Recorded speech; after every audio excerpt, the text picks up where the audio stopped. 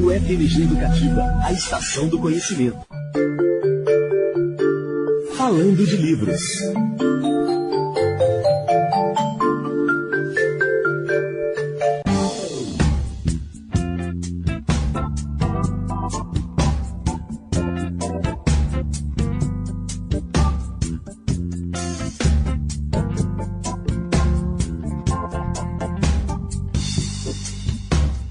Bom dia, eu sou Michele Bruck. Nós estamos de volta com o Universo Literário para você que nos acompanha na Estação do Conhecimento. Mesclando literatura, arquitetura colonial e cultura sacra, a primeira edição do Oratório do Verbo Barroco traz uma programação especial sobre o poeta simbolista Alfonso de Guimarães.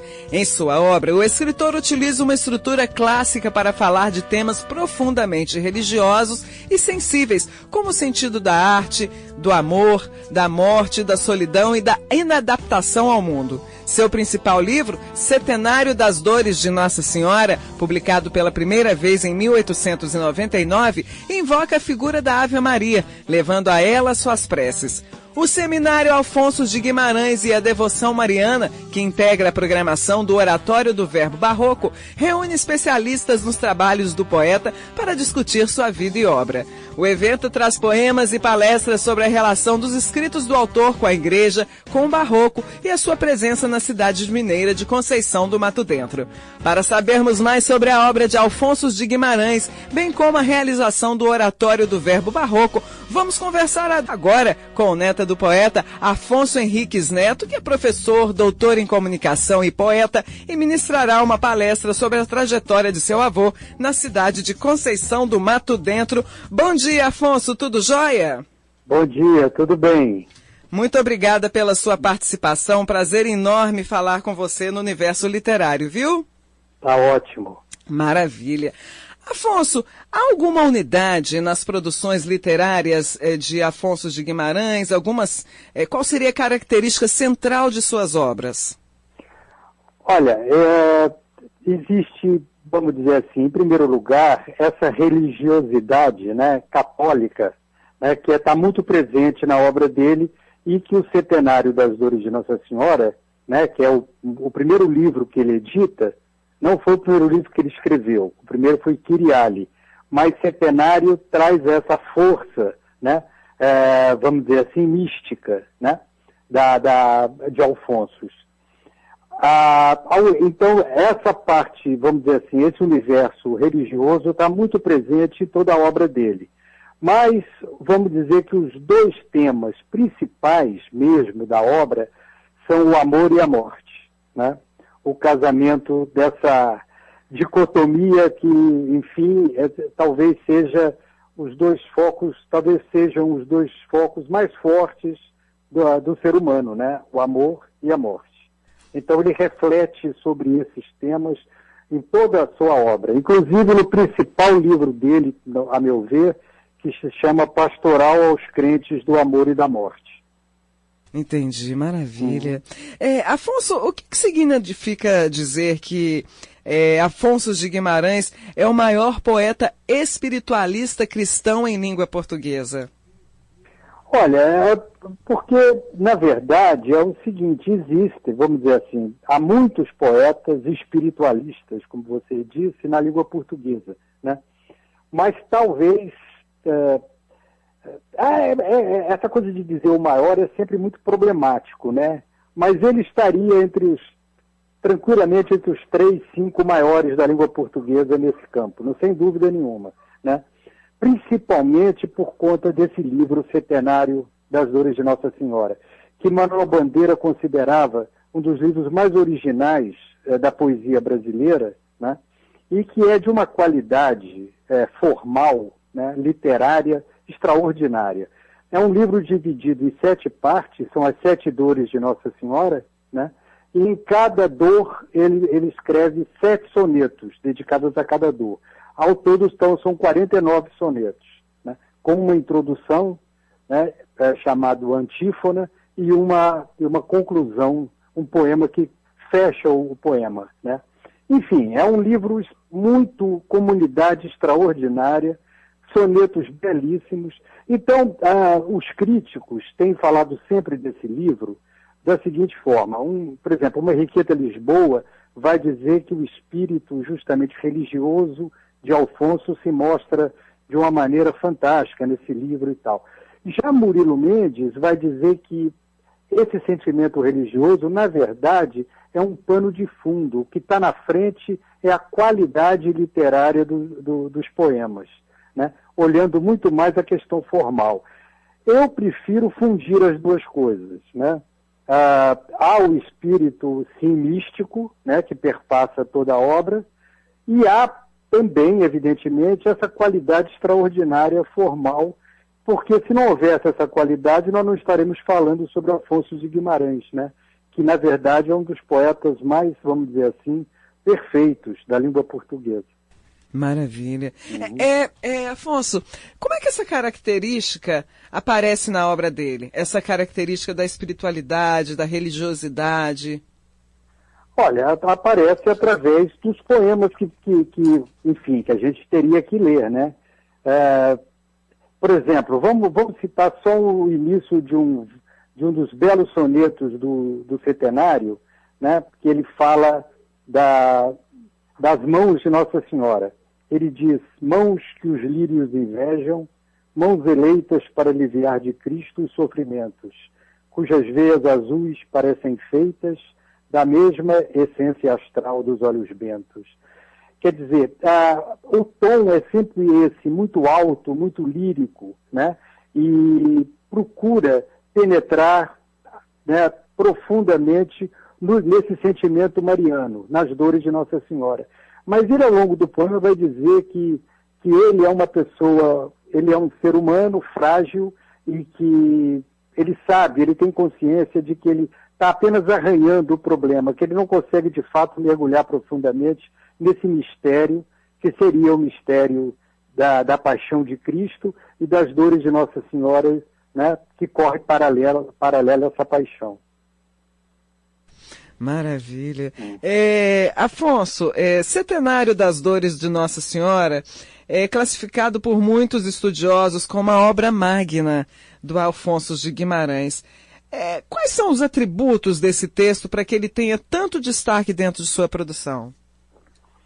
Olha, eu não gosto de que diga que é a obra magna, é uma das obras magnas dele, né? Ele tem os outros livros que são também extraordinários, principalmente a Pastoral aos Crentes do Amor e da Morte, como eu falei para você, Dona Mística, Kyriale, Pulvis, enfim, ele tem uma série de livros. Centenário talvez seja muito examinado pela unidade que ele possui em termos da temática religiosa, né? Porque ele não foge dessa temática o livro inteiro. Enquanto nos outros livros, ele trata de todo tipo de assunto, né? Não apenas da questão religiosa, né?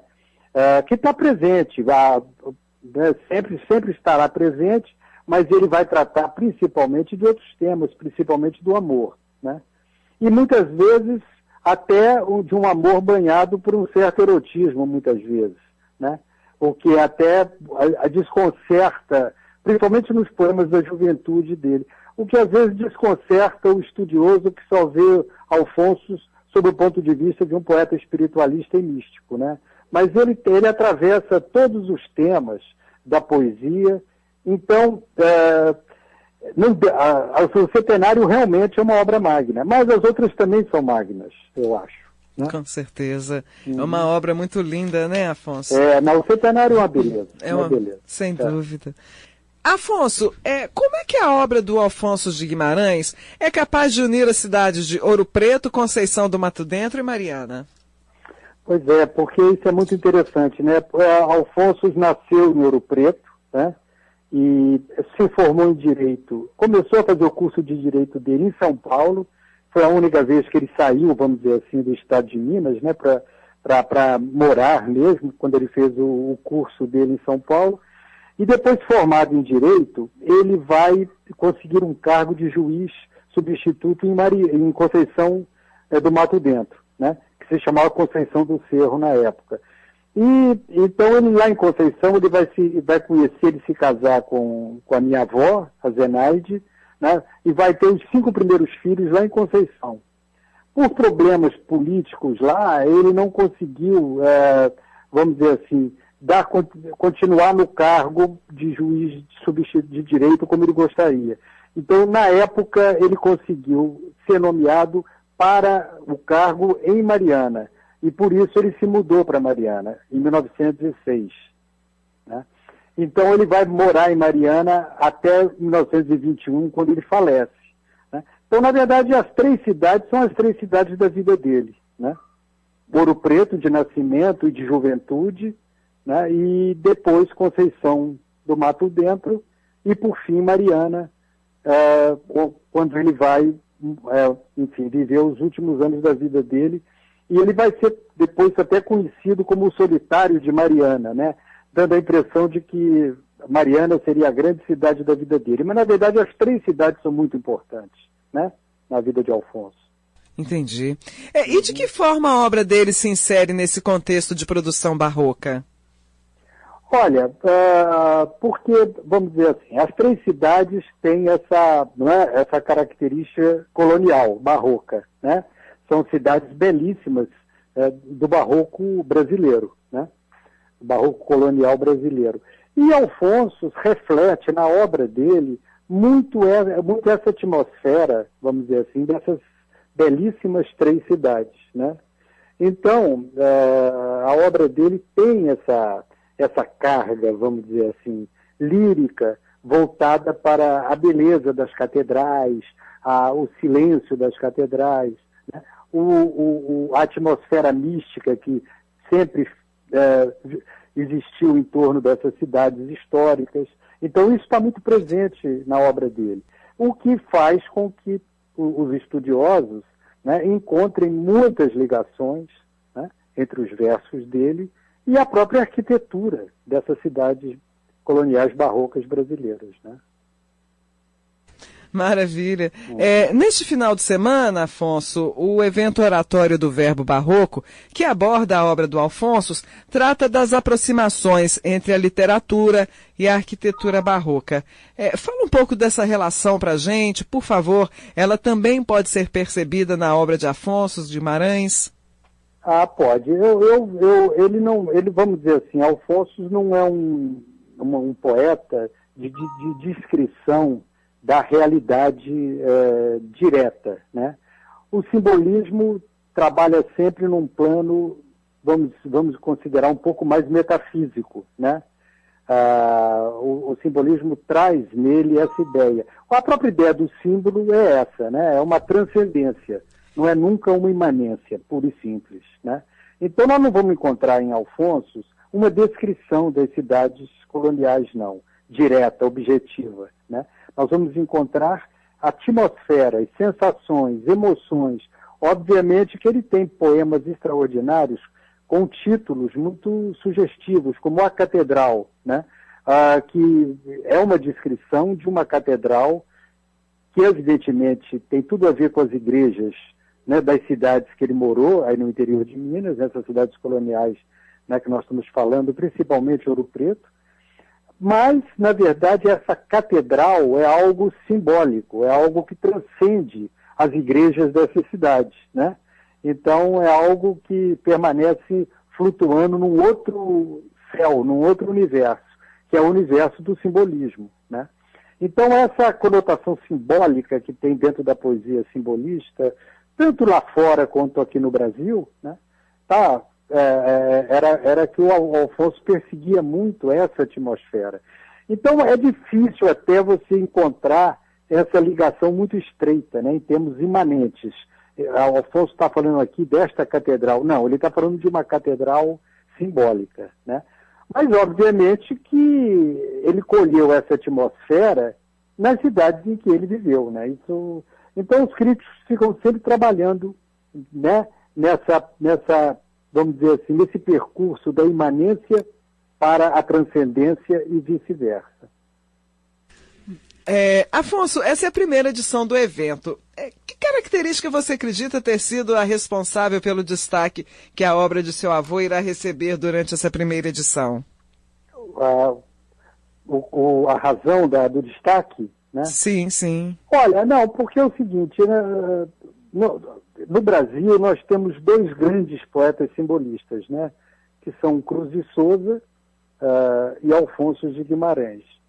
São dois poetas extraordinários, né? Eu considero, sabe, numa lista dos 10 maiores poetas da língua portuguesa, eu não deixaria de colocar os dois, né? E então Alfonso, vamos dizer assim, faz parte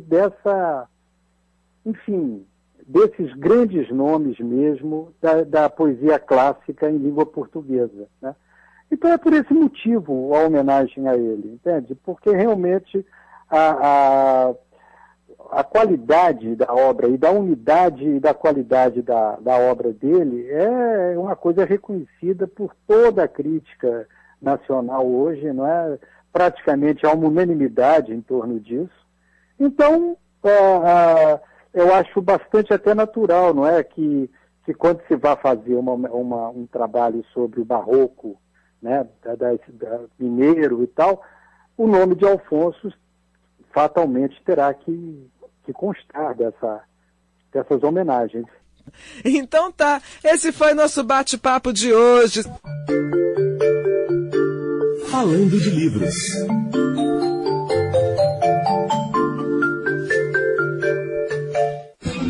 O FMG Educativa, a estação do conhecimento.